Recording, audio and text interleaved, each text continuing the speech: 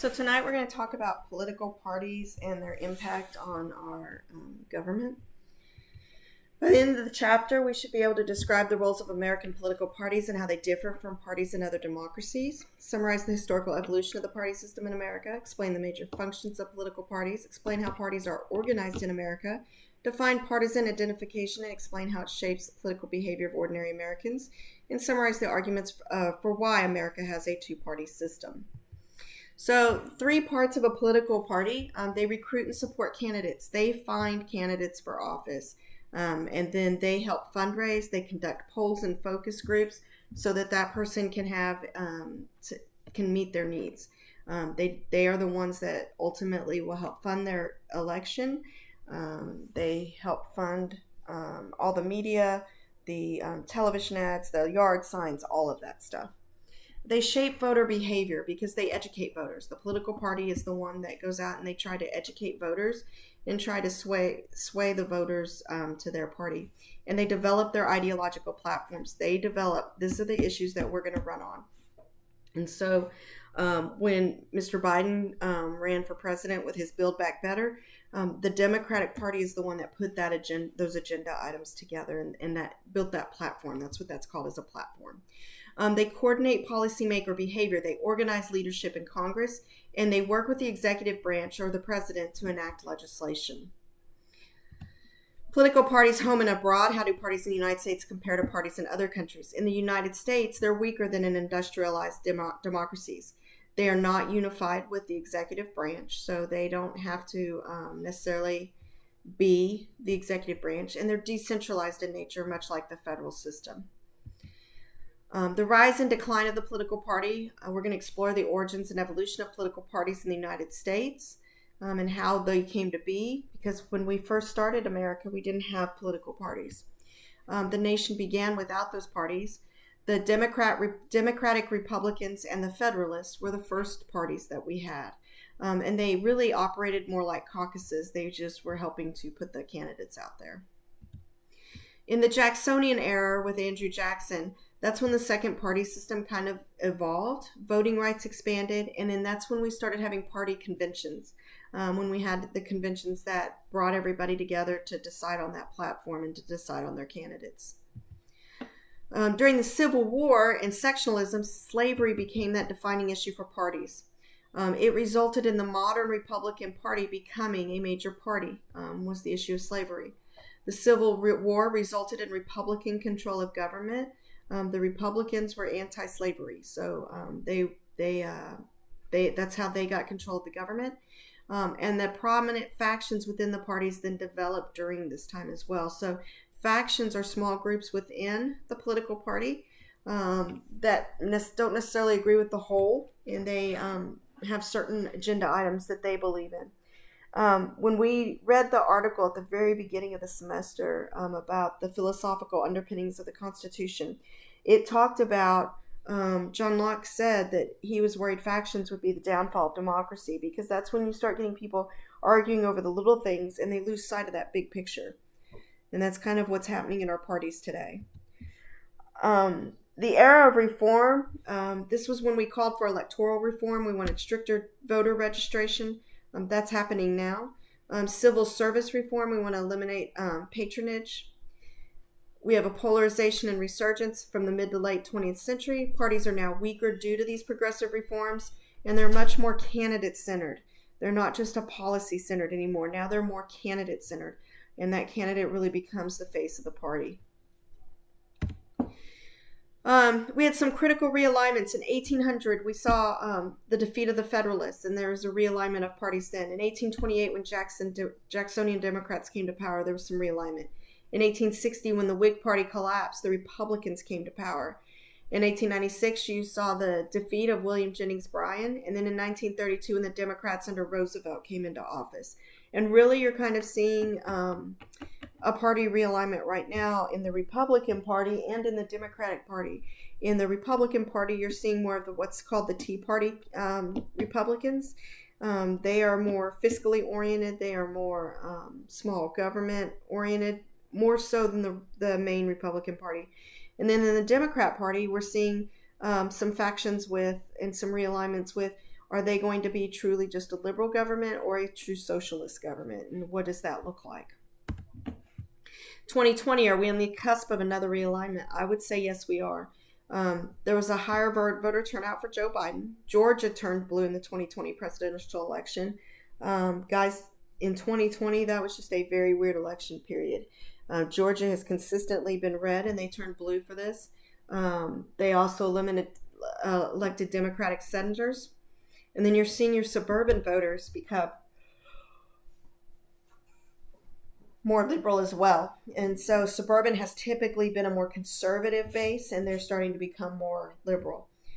So are we on the cusp of another realignment? I think you absolutely are, especially as you have Bernie Sanders versus Joe Biden or Hillary Clinton. Bernie's very much about socialism, and there are many Democrats who are on board with that. And so there's this realignment that is possibly happening. We're going to explore the functions of the political parties in the system. So one of the functions is to recruit candidates. They identify the potential candidates that they may want to have run for an office, and state and local party leaders may also help with this. So you have state and local party leaders that then help at the national level as well. They nominate their candidates. They do this through the primaries, and we have both closed primary elections and open primary elections. In Texas, we have open primary elections, meaning I don't have to register as a Republican or a Democrat to go vote in that person's primary. I can only vote in one. And so there's some strategy to that. Sometimes you'll see Republicans all go vote in the Democratic primary so they can put a weaker candidate for it. If they know that the stronger Republican candidate will be nominated, then they'll go and they'll vote in the Democratic primary to put the weaker Democrat candidate forward. And vice versa, Democrats do the same thing. So don't think I'm picking on the Republicans. In other primary elections, in some states, you have to register as being with that party, and then that's the primary you will vote in. Nominating via convention, which for our president elections, delegates are pledged to a candidate. However, there are also super delegates. This is only in the Democratic Party. Super delegates do not have to vote with their party. There's about 15% of the delegates at the party are super delegates. They can vote whichever way they want. Candidates all engage in an invisible primary as well with each other to try to see who's really going to go forward and be the ones that will go forward. What you're seeing here are three, probably more, these are the Democratic candidates for president from 2020. You had Joe Biden, you had Elizabeth Warren, you had Bernie Sanders. I can't remember the name of the lady in the green. They have debates, and they try to get their primary. They try to make sure that they can get their votes to be the party's nominee for president. Clinton versus Sanders. In 2016, Senator Hillary Clinton and Senator Bernie Sanders competed for the Democratic Party's nomination for president. Clinton was favored, but it was really competitive in a lot of states between Clinton and Sanders, and a lot of people were shocked by that because they really thought because he was so socialist in his beliefs that people would reject him, and people really kind of flocked to him. As state primary elections continued, attention increasingly focused on the role of superdelegates because they didn't have to vote, remember, as the primary wanted them to. They could vote however they wanted to. Some observers, especially Sanders supporters, believed superdelegates to be an anti-democratic feature of the Democrats' nominating process.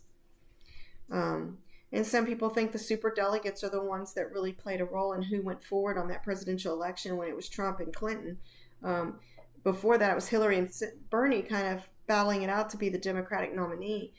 Bernie's followers believe the superdelegates are what lost his nomination for president. The political parties provide candidates with a political identity, so they help them win through establishing that political identity. They do the get out the vote efforts. They are the ones recruiting people to go out and vote to make sure that your vote matters. They do the polling, and they do campaign staff and volunteers. They're the ones making the text messages and the phone calls, putting the yard signs out, putting the literature out, mailing that, going door to door and talking to people. The party is who is responsible for doing that. What and who comprises political parties? So at the National Convention, it meets every 4 years. The National Committee oversees those parties in between years. Congress, there's congressional campaigns. Committee provides support to party members running for election. Because remember, you've got different terms happening all the time. So you've got lots of elections happening. Presidential elections are the ones most people attend and most people vote for, and they're the ones that get the most attention. But really and truly, the lower levels are where your vote's most important and where you really can make the biggest impact.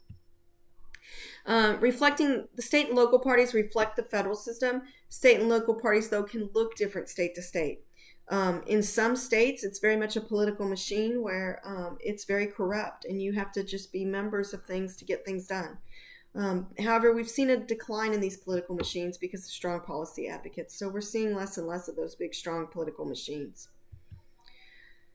The partisanship. So here is a chart showing you Democrat, Republicans, and then independents. And you can see independents have they've kind of died back down, and we're seeing the parties kind of rise again. You're seeing that the Democrat Party is lowering and the Republican is rising. And there's different reasons for that, people believe. The United States has a two-party system. We have other parties, but really we're a two-party system. It's really just the Republicans and the Democrats. You have independent candidates. You have the Green Party. You have the Libertarians. But really and truly, the Republicans and Democrats are the parties of choice.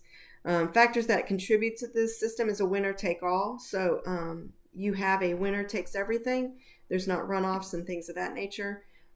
State laws help contribute to that system, and then party platforms reflect the voter sentiment a lot of times. Minor parties and party candidates that have impacted modern politics, they've made issues more visible and that's made major parties address those issues. A minor party could emerge, but until people think that voting for that minor party isn't throwing away their vote, it's not going to change things. And history tells us minor parties and party candidates really don't have a lot of influence. The election that Ross Perot ran in, he did probably affect that election, and that's how Mr. Clinton got to office, was because he pulled so many votes off. So people see voting for an independent as being a wasted vote, when really, if enough people voted independently, we would get an independent candidate. So now that we've done our objectives. I hope that's helped you a little bit with the political party system. You guys are doing great. And I'm very excited that you guys are still with us.